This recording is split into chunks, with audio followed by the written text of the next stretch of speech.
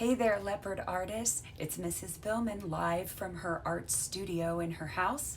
If you are a kindergarten, first, or second grade artist, this is painting instruction for all 3 grade levels. However, in order to preserve the amount of clay I have for those 3 grade levels, I'm just going to paint one example, and it happens to be what kindergarten created, which is a fake food pop art donut. But the painting instructions are the same, whether you created a cookie in first grade or a cupcake in second grade. So keep listening no matter which of those 3 grade levels to which you belong, because the instruction is the same, even if what I'm painting isn't. So as I get ready to turn my camera, I do want to take a moment to show you a couple things. You should have, if you're working from home, had your grown-ups help you get either tempera, which is sometimes called poster paint, or acrylic paint from a craft store, Walmart craft section, Target craft section. They even have it at Dollar Tree, and it's actually a decent quality.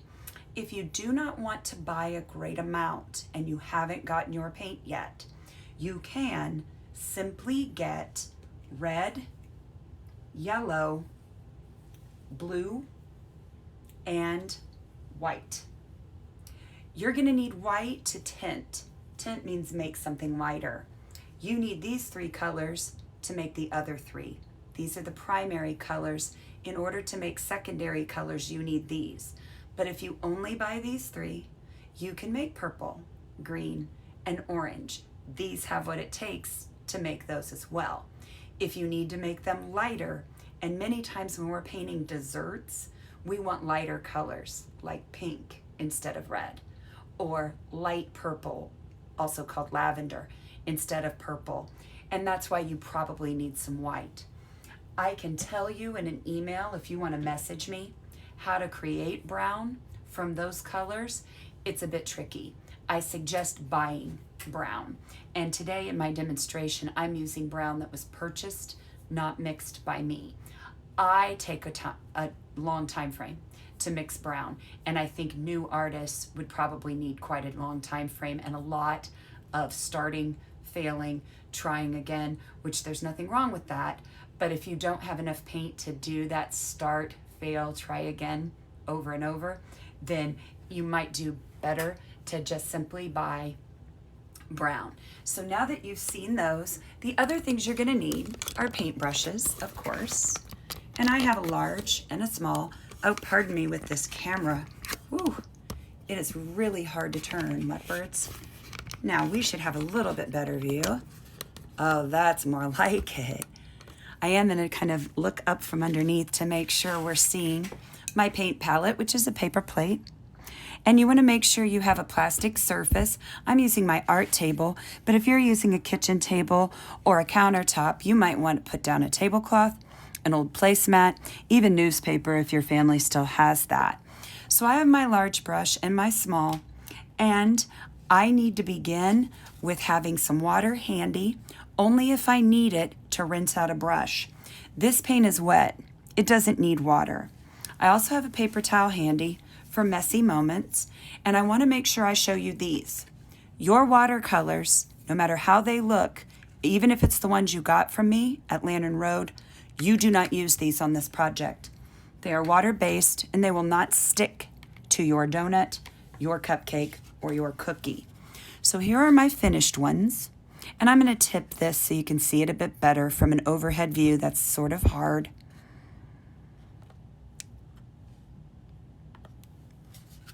No matter what you're painting, you want to start with your lightest color. If you are making a color lighter, you add the color to white. I would like some light brown for my donut. So I'm going to get a little bit of white over here on its own, by itself. And if you're working in my classroom, you're going to have a bunch of these colors pre-mixed, simply because in the art room, we have such a small amount of time that I'm not going to be able to let you mix all colors. Some will be pre-mixed for you. So this is a pretty good light brown. I hope you notice I didn't add white to the color. I added a small amount of the color to white. That is how you tint. Please don't do it the other way around. You will mess up greatly and you will use up a huge amount of your paint. So, I am going to paint light colors first and let them dry. I will let them dry and then paint medium colors second and let them dry. I hope I'm saying this specifically enough. And then I will paint my darkest colors last. And of course, that would be the end of the project, and I would let them dry. I want you to notice this rough spot right here where the paint doesn't want to spread. Just kind of stab your brush into those spots and it'll take the paint and get painted in. It doesn't look bad. It actually makes the donut look a little more real.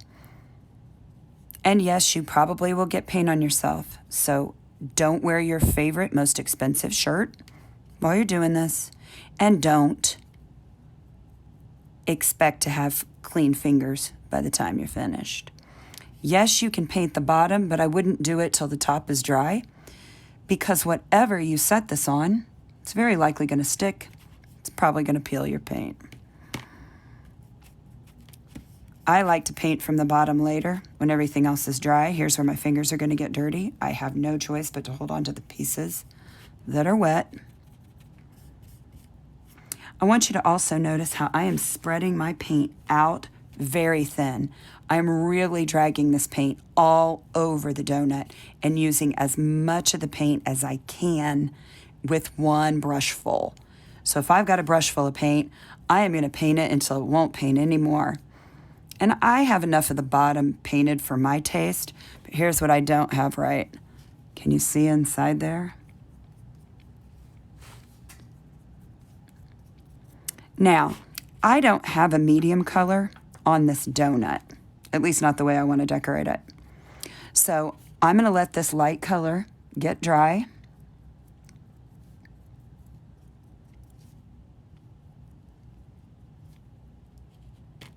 And when I'm ready to paint my dark chocolate frosting, you can tell that I poured it. Because of the way it looks like sauce or like icing that was warm and then poured over the donut so it could dry and harden. My fake sprinkles are actually glitter. If you have glitter at home, you're welcome to use glitter. You're welcome to use sprinkles if you have those at home. I will not have those in the art room, however. They are technically a food product, and those with food allergies might not be able to touch them or use them, so we will have glitter handy, and that's all if you're working in the art room. You can tell, however, on the cookie, I have 3 types of brown. So my next medium brown is what I would paint after my lightest brown, or my cookie brown, is dry. Then, of course, I let medium dry, and it's time to paint the darkest, chocolate chips in this case, very last, and let them dry. I did the same thing for my 2nd grade cupcake. I painted my frosting first, and I'll tell you how I got the glitter to stick. Then I painted my cupcake paper. Lastly, I painted what little bit of the cupcake shows, that little part that sticks up over the top. I went back at the end when everything was dry, and I painted some glue, clear glue, school glue, on my cupcake icing, and I used my finger. And then I sprinkled some of my glitter on there for fake sprinkles. Again, if you're at home, you're welcome to use real sprinkles if your grown-ups say it's okay. Now, through the magic of video, we are now going to have a dry donut. So here's a little bit of an issue. Can you tell that this brown paint is pretty thick? In fact, it's a little too thick to pour. So we're going to take some of our water, and I'm going to put a small splash in a disposable cup. You can tell I've used this cup for paint before because it's got paint stains on it. I'm going to mix some of my brown in there, It's really a little too much water. Let me get some more of my brown paint. I'm trying to make some good looking chocolate sauce or icing. When you think it looks thick enough, then you can drizzle this onto your cupcake, donut, or cookie. Depends on what kind of icing you've decided to plan. This is actually going to need a bit more brown in order for this to really drizzle on there really well. While we're waiting for Mrs. Billman to get this the right consistency, I know that's a big word, but that's the correct art word to use for thickness of a paint or liquid. When it's about the right consistency and I'm ready to pour it over my donut, I'm going to go ahead and do that, and I'm going to have my sprinkles ready if I'm going to use them.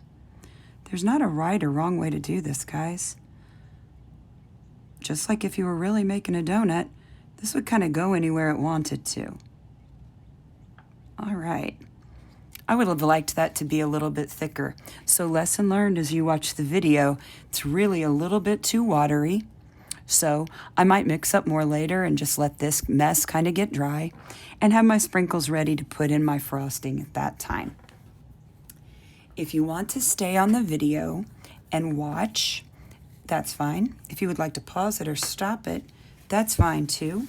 I'm going to do a little color mixing for you over here with my other primary colors and my white to help you along if you're working from home or if you're catching up in the art room because you missed a class and you're watching this video. If you do not feel like watching the rest, that's fine. You can go to work with what you've already learned.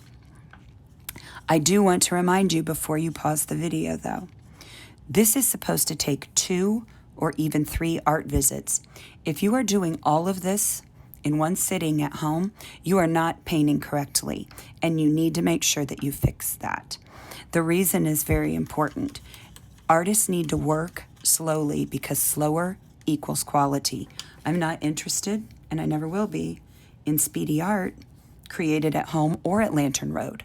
So please make sure that you are correctly painting and you are pacing yourself correctly for this project. So if you need some orange, of course you're going to pull together some red and some yellow. All my kindergarten, 1st and 2nd grade know that, but it's just different when you see it done.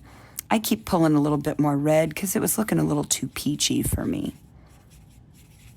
So there's a good orange right there between the colors that make it. I'm going to give my brush a little swirly mix in the water, and I'm going to paint it against a paper towel to get it clean. I'm going to mix up a bit of green now. I usually use a bit too much yellow. I like a nice bright green. I see it getting a little too dark and alligator looking. If I use too much blue, I like a nice spring green, but you add more blue if you want to. I prefer a yellow green for me. And lastly, I'm going to give my brush a swirly little rinse off. I'm going to paint it against a paper towel again to get it a bit cleaned off. And I'm going to grab some red and move it over here. We're going to get a dab of blue, make some purple. And I'm going to remind you how to tint these items if you would like to. Remember, no matter if you're painting chocolate chip cookie, a donut, a cupcake, the painting rules are the same. The mixing rules are forever the same, whether you're in elementary or high school. So there's a nice purple. It's pretty dark, but when you do spread it out, it makes a very nice purple. But what if we don't want colors this bright? What if we need some pink? No problem. I already showed you how to make light brown earlier in the video. So we're going to get some white, give it a little spot of its own. We're going to grab a dab of red to mix up some pink over here. Maybe it's frosting on a cupcake. Maybe it's frosting on a cookie. I've seen cookies with frosting. It's pretty light pink. Might grab another dab of red. Give it a good mix. That's looking a little more pink, a little more like it belongs on a dessert. And this is the same rule for anything else you're making lighter. All right, my friends? So if this purple is indeed too dark for you, let me get my palette moved so you can see. Get some white, put in a little spot of its own. Get a dab of your purple. Mix up some lavender. Get a nice light purple going. For some purpley frosting, lavender in this case. And you can use your dark purple for details on your frosting if you like. This is the same rule for anything you want lighter. Light blue, light lemon yellow, light mint green. If you lighten or tint orange, you're going to have peach. So make sure you've got a good mixing spot. If you have paints you must mix, make sure that if you thin your paint too much, you just get patient and you try it again when this is dry. If you have to use acrylic, you want to make sure you don't get it on anything that you value highly. It stains almost everything it touches. If you get tempera, expect it to peel a little bit if you paint too thickly. It is Mrs. Billman can't talk. A lesser expense when it comes to making paint is what's involved with tempera. And because it's a cheaper paint, it tends to peel and not stick as well as acrylic from time to time. Not always, just be warned about that. Lastly, when you are finished, you want to display your finished fake food on a plate. It can be real or paper. When you take a photo and submit it to Canvas.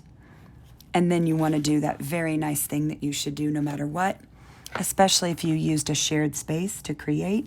Clean up your mess for your grown-ups, please. I hope you do a great job on your pop art fake food. I truly hope you take your time, and I can't wait to see your submissions. Good luck, leopards.